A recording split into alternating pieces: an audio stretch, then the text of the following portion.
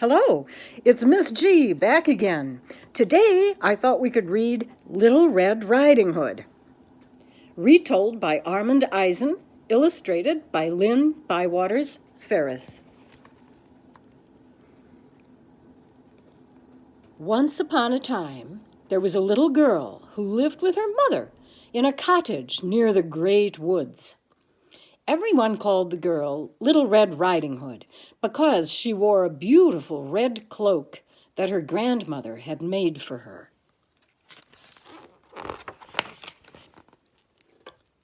One morning, her mother said, "Little Red Riding Hood, your grandmother is ill and too weak to make her own supper. So you must take this basket of food to her. Leave now while it's still early, but do not wander off the path or talk to any strangers along the way." "I will do just as you say, Mother," answered Little Red Riding Hood, and off she went.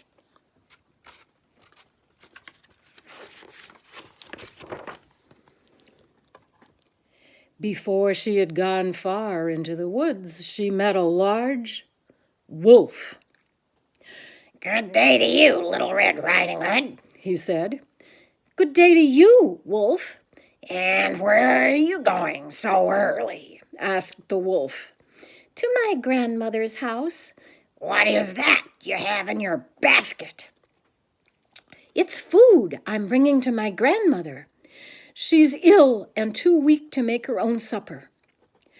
"And where does your grandmother live, Little Red Riding Hood?" "Her house is at the end of this path, in the middle of the woods." The wolf looked at Little Red Riding Hood and thought to himself,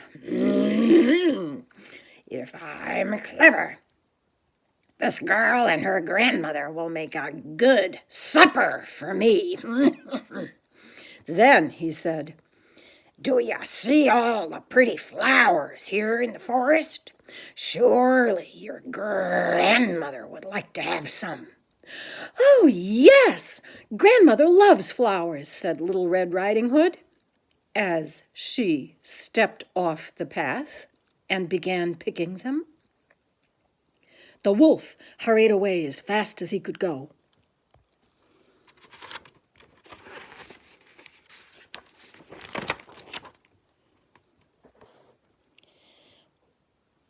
When the wolf reached the grandmother's house, he knocked on the door. "Who's there?" asked the grandmother. "It's Little Red Riding Hood," answered the wolf. "Please come in, dear," she said. The wolf opened the door, took one great leap forward, and swallowed the grandmother in a single gulp. Then the wolf put on one of the grandmother's sleeping gowns, her spectacles, that's her eyeglasses, and her nightcap, and got into her bed.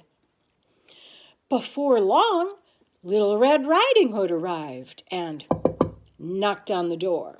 "Who's there?" asked the wolf. "It's Little Red Riding Hood," answered the girl. "Please come in, dear," said the wolf. Little Red Riding Hood opened the door and went into her grandmother's room. "Grandmother," she said, "what big ears you have." "All the better to hear you, my dear," said the wolf. "And grandmother, what big eyes you have." "All the better to see you, my dear," said the wolf. "And grandmother, what big teeth you have." "All the better to eat you, my dear." And the wolf swallowed Little Red Riding Hood in a single gulp. Then the wolf fell asleep, and he began to snore.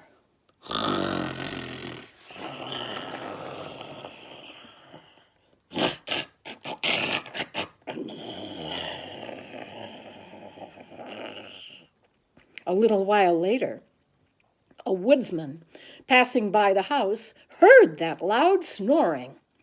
When he looked in the window, he saw the sleeping wolf. So he rushed in and with one blow of his axe chopped off the wolf's head. Out sprang Little Red Riding Hood, and the grandmother, too, alive and well. They thanked the woodsman for saving them and shared their supper with him. Then Little Red Riding Hood returned home and told her mother everything that had happened. And from that day on, she never strayed off the path in the woods, or spoke to strangers, or forgot to do what her mother said. The end.